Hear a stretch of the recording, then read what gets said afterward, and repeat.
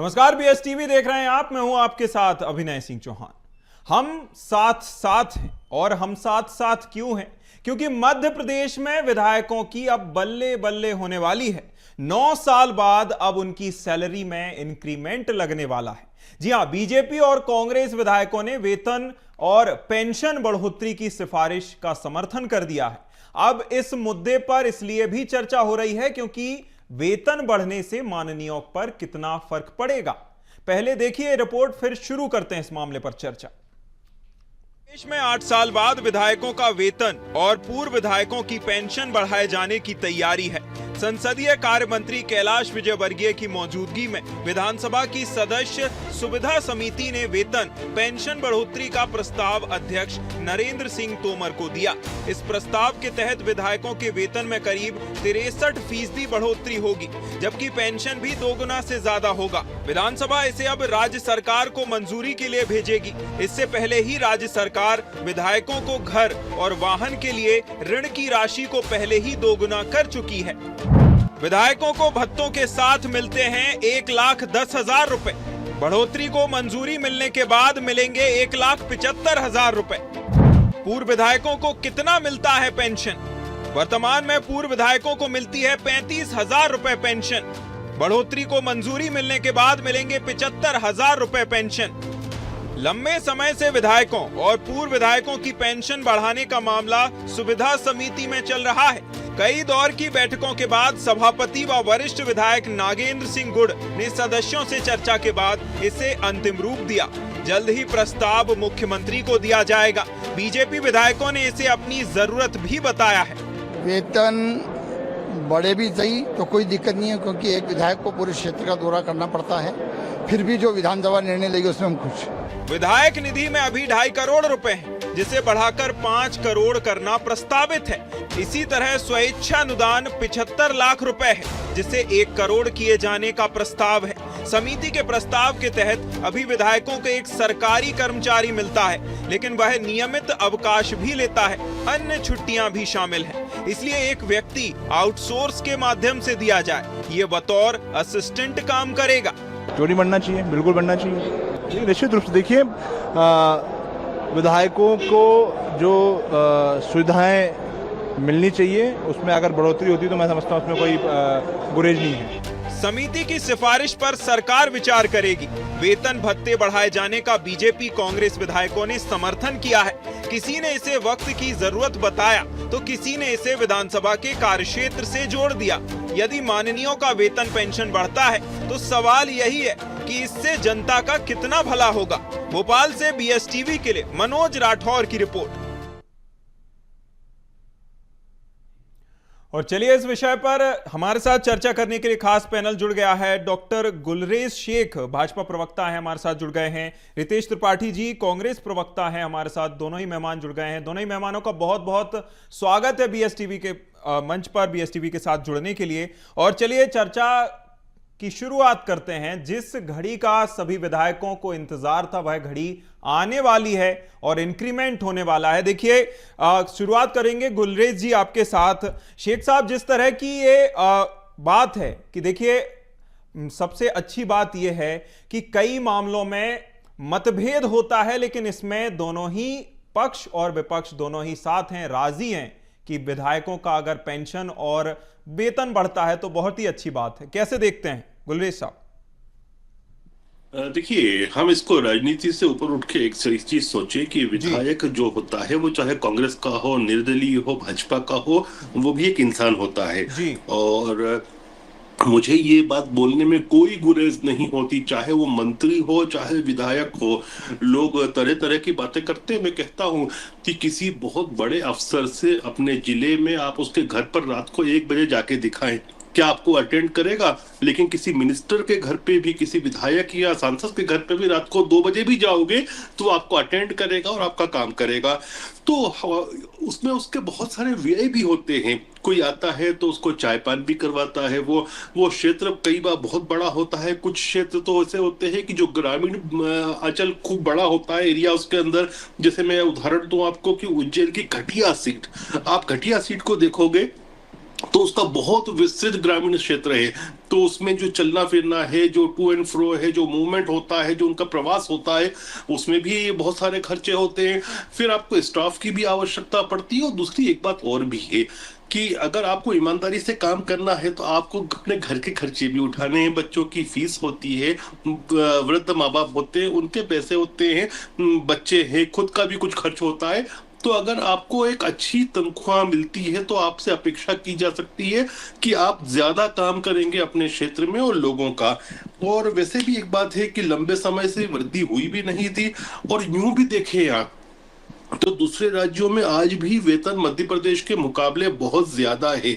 आप देखिए कि राजस्थान में 1,92,000 प्रति माह मिलता है, वहीं महाराष्ट्र में 3,10,000 मिलता है, तेलंगाना में 2.25 लाख है, कर्नाटक में 1,92,000 है, झारखंड में 2 लाख है, यहाँ तक छत्तीसगढ़ में 2.25 लाख है। तो मध्य प्रदेश के जो विधायक हैं उनकी एक जेन्युइन डिमांड है जो कि समिति ने सामने रखी, उसमें कांग्रेस और बीजेपी सबने रखी है। तो मुझे लगता है कि उसको आगे ले जाना चाहिए।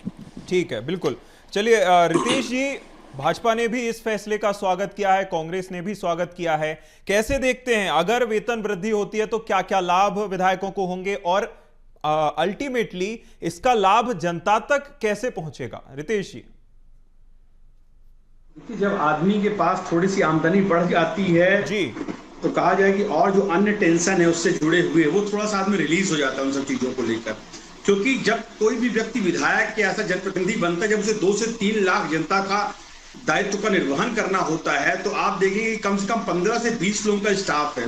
और आज की बढ़ती हुई महंगाई पे रिक्वायरमेंट है कम से कम हर व्यक्ति को मिनिमम वेजेस अगर उसको चाहिए तो 10,000 रुपए। अगर इसको मैं ब्रेक डाउन करूंगा तो बच्चों के ऊपर 2-3 हजार की फीस हो गई, घर का किराया भाड़ा 2-3 हजार का हो गया, और 2-3 हजार का जो ग्रोसरी है और अन्य खर्चे, इसके बाद भी आदमी के अपने लिए कहा जाए कोई जैसे कपड़े खरीदना कुछ भी, उसके लिए पैसे नहीं बच रहे हैं। जो भी व्यक्ति जनप्रतिनिधि होता है, जो भी व्यक्ति जो मैंने खुद में जिला पंचायत का सदस्य हूं और हम लोगों को अभी 4,500 मिलता था, अब 13,500 मिलने लगे हैं। अब आप इमेजिन करिए कि 13,500 में जनता उम्मीद करती कि हम उनसे पूरा हर दिन में आके मिले, और 60 किलोमीटर के रेडियस का क्षेत्र है। विधानसभा कम से कम 100 जो ग्रामीण क्षेत्र है वो 100 किलोमीटर एवरेज रेडियस के क्षेत्र होते हैं। तो 100 किलोमीटर को अगर आप ब्रेक डाउन करते हैं, और अगर आप अल्टरनेटिव तो 1,000-2,000 का पर डे तेल, आपको 10 से 12,000 का ड्राइवर, निज सचिव 10 से 12,000 का, ऑफिस अटेंडेंस 10 से 12,000 का, ऑफिस में जो सुपर स्टॉक होता है और जो साफ सफाई के लिए 10-12,000 का, फिर बच्चों की पढ़ाई, घर का खर्चा, अन्य खर्चे, तो ये देखा जाए तो इस भारतीय जनता पार्टी की कमर तोड़ महंगाई में 2 लाख भी कम है। और मुझे बहुत कष्ट होता है और दुख भी लगता है कि किस तरह से जो बड़े जनप्रतिनिधि अपना जीवन यापन कर रहे हैं, डीजल की बढ़ती हुई कीमतें, बिजली का टैरिफ, और कहा जाए तो ये जो स्टेशनरी का खर्चा होता है, चाय पानी जो भी दरवाजे पे आता है, नाश्ता, बड़े नेता आते हैं फूल माला स्वागत करना है, और आपसे जुड़ा हुआ जो कार्यकर्ता है वो 24 घंटे आपकी जिंदाबाद करता है। आपका दायित्व बनता है उसके भी परिवार का भरण पोषण करिए। ये बात को तो आपको मानना पड़ेगा विनय जी। तो जब इतनी बड़ी जिम्मेदारियां, पहाड़ जैसी जिम्मेदारियों में ऊंट के मुंह में जीरा जैसी कहावत है, तो पहली बात तो मैं भाजपा के काबिल प्रवक्ता से अनुरोध करूंगा, अपनी सरकार से कहिए कि महंगाई दर थोड़ा घटाए, ताकि देश का आम जनमानस, गरीब, किसान, मजदूर अपना जीविकोपार्जन कर सके। और गुलरेज जी, साथ साथ इस दिशा में सोचा जाए, और तनख्वाह तो बढ़ रही है, इसके लिए एक कदम जो है तो स्वागत योग्य है। मध्य प्रदेश में जिस हिसाब से विधायकों को पैसा मिलना चाहिए उस हिसाब से नहीं मिल पा रहा, तो जितना कम पैसा मिलेगा उतनी ज्यादा भ्रष्टाचार की संभावनाएं बढ़ती जाएंगी। जैसे यदि आप 3,000 में कोई नौकर रख रहे हैं तो निश्चित तौर पर वो चोरी करेगा कम से कम, क्योंकि उसको अपने परिवार को सर्वाइवल के लिए पैसा चाहिए। तो मैं सरकार से उम्मीद करता हूं कि मध्य प्रदेश के नेक दिल और ईमानदार लोगों को चोरी ना करनी पड़े, इसलिए वेजेस में, रेम्यूनरेशन में तत्कालिक कुछ ना कुछ वृद्धि करते जाएं, और टीएडीए जो भी संबंधित विभाग में रेगुलरिटी को बढ़ाया जाए। 5वां वेतन भी, अभी जो वेतन मांग लगा है वो बहुत लेट आया, मैं चाहता हूं इस पर भी सरकार कदम उठाए, 3-4 साल का। ठीक है गुलरेज जी, जिस तरह से रितेश जी ने स्वागत तो किया है, कदम तो स्वागत योग्य है, लेकिन कमर तोड़ महंगाई का आरोप लग रहा है। गुलरेज जी क्या कहेंगे? देखिए, कांग्रेस से और अपेक्षा भी क्या करेंगे हम, वो अपने प्रवक्ता धर्म का निर्वहन कर रहे हैं। लेकिन मैं कुछ आंकड़ों के साथ बात करूंगा, क्योंकि थोड़ा बहुत अध्ययन में करता रहता हूँ इकोनॉमिक्स का शौक की वजह से। तो अगर हम पिछले महीने की बात करें तो इन्फ्लेशन की दर कितनी थी? 4.37% थी। यदि हम जो जून का आंकड़ा आया था वो 4.37% था। और मोदी सरकार वाहिद ऐसी सरकार है आजाद भारत की जिसने आरबीआई में एक्ट का संशोधन किया और 6% के ऊपर महंगाई की दर की कैपिंग की है। इसके पहले आप देखिए मनमोहन सिंह जी की सरकार में 12%, 13%, 14%, 8%, 7.5%, 9% ऐसी महंगाई की दर थी। और इसीलिए कि ये लोग बिल्कुल वॉश आउट कर दिया था चुनाव में 2014 के जनता ने इनको, क्योंकि महंगाई की दर इतनी बढ़ गई थी। आप ये भी देखिए कि अभी हमने देखा कि मिडिल ईस्ट के हालात बहुत खराब चल रहे हैं। ईरान का और इजराइल का युद्ध हुआ, उस समय एक दिन में 8% जो वृद्धि हुई थी वो तेल की कीमत में हुई थी। क्या एक चवन्नी भी बढ़ी? हिंदुस्तान में नहीं बढ़ी ना। आप कह सकते हैं कि जब कम हुई थी तो बहुत सारी चीजें सरकार करती है, मैनेज करके चल रही है। तो इन्फ्लेशन की दर को अगर 4.5% के नीचे रखा है तो ये एक स्वागत योग्य विषय है। और उसके अलावा रितेश जी ने जो बोले, काबिल प्रवक्ता है कांग्रेस पार्टी के, हमारे मित्र हैं अच्छे, तो बाकी बातें उन्होंने सही कही कि जरूरत होती है, कार्यकर्ता भी है, लेकिन मैं वहां तक नहीं जाऊंगा कि घर चलाने के लिए पैसा लगता है विधायक को भी। विधायक भी इंसान होता है। बिल्कुल बिल्कुल बिल्कुल, आपने बिल्कुल सही बात कही। आपने बहुत अच्छे नंबर्स गिनाए और सिलसिलेवार तरीके से नंबर्स गिनाए। कुछ नंबर मैं भी गिना देता हूं। देखिए, इससे पहले लगभग 1 दशक हो चुका है, इंक्रीमेंट विधायकों को नहीं मिला है। 2016 में लगभग 55 से 60% का इंक्रीमेंट मिला था। और रितेश जी, आखिर ये देरी क्यों हुई? क्या जिस तरह से महंगाई बढ़ती है, इन्फ्लेशन की बात करी गुलरेज जी ने, क्या उस तरह से उसी स्तर से और उसी स्पीड से नहीं बढ़ना चाहिए था इंक्रीमेंट? जी रितेश जी। मैं तो बस इतना ही कहना चाहूँ गुलरेज जी से कि तुम्हारी फाइलों में गांव का मौसम गुलाबी है, मगर ये बात झूठी है, तुम्हारे आंकड़े किताबी हैं। जो आम गरीब 2 जून की रोटी के लिए अभिनय जी संघर्ष कर रहा है, क्या आप इन आंकड़ों से उसका पेट भर सकते हैं? क्या ये आपकी डिजिटल करेंसी, क्या आपका शेयर मार्केट एक भूखे पेट को और नंगे बदन को कपड़े दे सकता है? ये सरकार आंकड़ों की बाजीगरी जानती है और बहुत अच्छी बाजीगरी गुलरेज जी भी कर रहे हैं। इस बात के लिए उनको धन्यवाद दूंगा।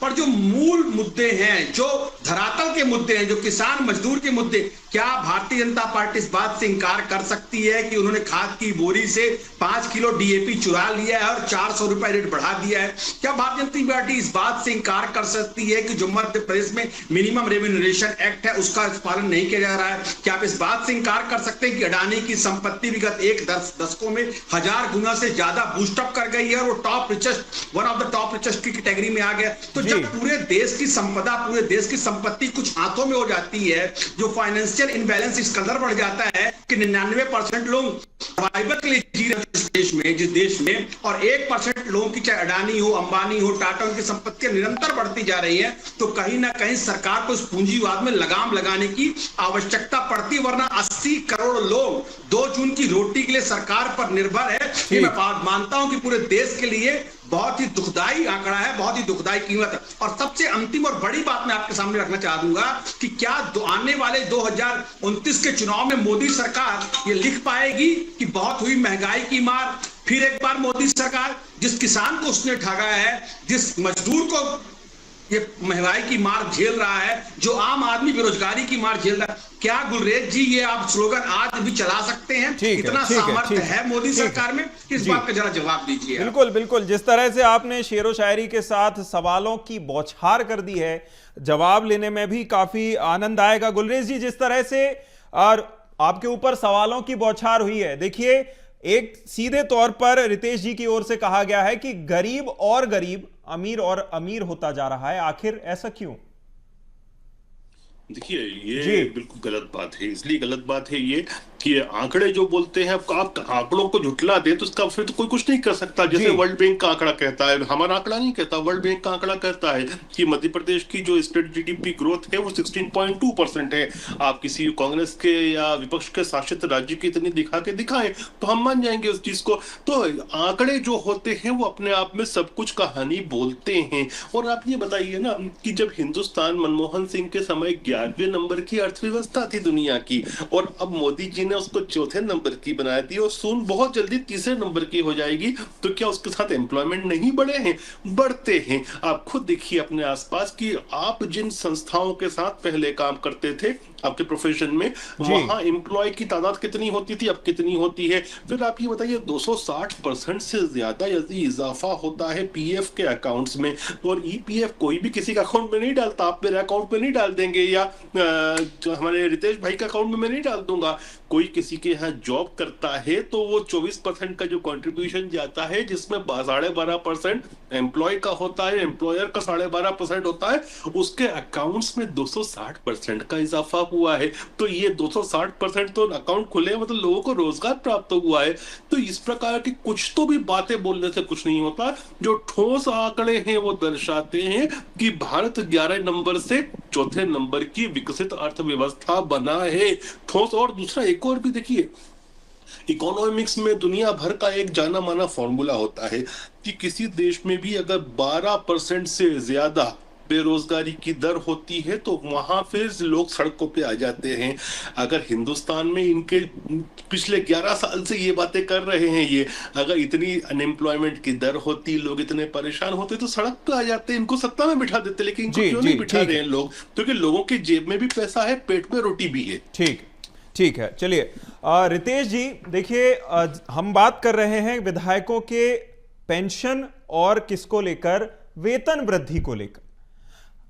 आम जनता में यह बात निकल करके सामने आती है कि जिस तरह से जो टैक्सेशन का सिस्टम है वह विधायकों और इनके ऊपर अलग तरीके से लागू होता है, ऐसा आरोप लगता है हमेशा जनता की ओर से। हालांकि यह बात अलग है कि सरकार की ओर से जो विधायक और मंत्री हैं उनका खुद का टैक्स खुद ही जमा करें, यह भी अपने आप में बड़ी बात है। आपको क्या लगता है, अगर वेतन वृद्धि होती है तो टैक्सेशन में भी अच्छे तरीके से इन लोगों को इस दायरे में लाया जाना चाहिए? रितेश जी क्या कहना चाहेंगे?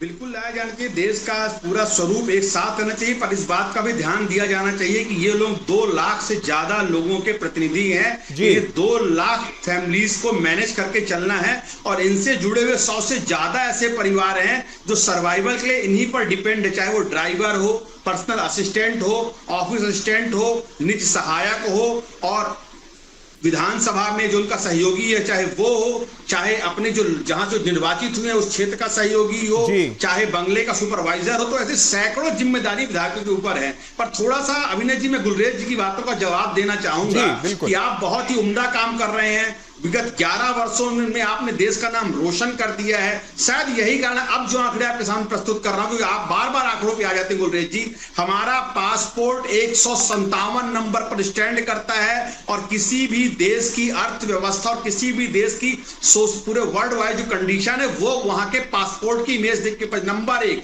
नंबर 2, प्रधानमंत्री नरेंद्र मोदी जी का मुख्यमंत्री काल में स्टेटमेंट था कि जब पैसे का मूल्यांकन घटता है डॉलर के सामने, तो पैसा नहीं घटता, प्रधानमंत्री की छवि घटती है, प्रधानमंत्री की छवि कवलित होती है। तो मैं पूछना चाहता हूं कि मध्य भारत में कौन सा प्रधानमंत्री है जिसकी छवि निरंतर गिरती जा रही है और पैसा डॉलर के सामने दम तोड़ता जा रहा है? नंबर 3, इन्होंने विदेश नीति की बात की, किस तरह से हमारे नौजवानों को विदेशों से हथकड़ियां लगा के भेजा जा रहा है, किस तरह से इनका खासम खास दोस्त डोनाल्ड ट्रंप इनके मुंह पर बार बार तमाचे मारकर कह रहा है कि भारत से कोई भी हायरिंग करने की आवश्यकता नहीं है। और चौथी बात, मध्य प्रदेश में जीडीपी इतनी ज्यादा बढ़ रही है, तो क्या जरूरत है कि मध्य प्रदेश सरकार हर साल 50 लाख करोड़ का कर्जा लेती है, और अभी तक मध्य प्रदेश पे कर्जा 4.5 लाख करोड़ हो चुका है। भारत में आज तक जितना सारी सरकारों ने मिलकर कर्जा नहीं लिया, उतना अकेले प्रधानमंत्री नरेंद्र मोदी ने कर्जा लिया है। 175 लाख करोड़ का कर्जा गुलरेज जी 1 दशक में भारतीय जनता पार्टी की सरकार ने लिया है। तो ये जो आंकड़े बताते हो, भ्रष्टाचार में भारत तीव्र गति से बढ़ा है, यहां तक कि पाकिस्तान जैसा देश भी हमसे भ्रष्टाचार के दृष्टिकोण में पीछे छूट चुका है। कुछ तो भारतीय जनता पार्टी के अंदर आत्मसम्मान बचा होगा कि चैनल में बैठ के गुलरेज जी नित निरंतर नए झूठ बोलना, नित निरंतर जनता को गुमराह करना अपने आंकड़ों के माध्यम से। और यही कारण है कि चाहे आप महाराष्ट्र में जाएं, चाहे आप बिहार में जाएं, लगातार किसान आत्महत्या के और गरीबी के कारण, लोगों को फ्रस्ट्रेशन के कारण अवसाद के मामले बढ़ते जा रहे हैं। ठीक है रितेश जी, ठीक है गुलरेज जी, आप कुछ कहना चाहते हैं? जी गुलरेज जी बोलिए। देखिए, हमारे काबिल मित्र ने बहुत सारे आंकड़े बताए, लेकिन मैं आपके व्यूअर्स को ये कहूंगा कि गूगल खोलें और गूगल में लिखें इंडियन पासपोर्ट रैंक 2025, क्योंकि इन्होंने जो बताई वो 100+ की बताई, वो है 77 आज की तारीख में।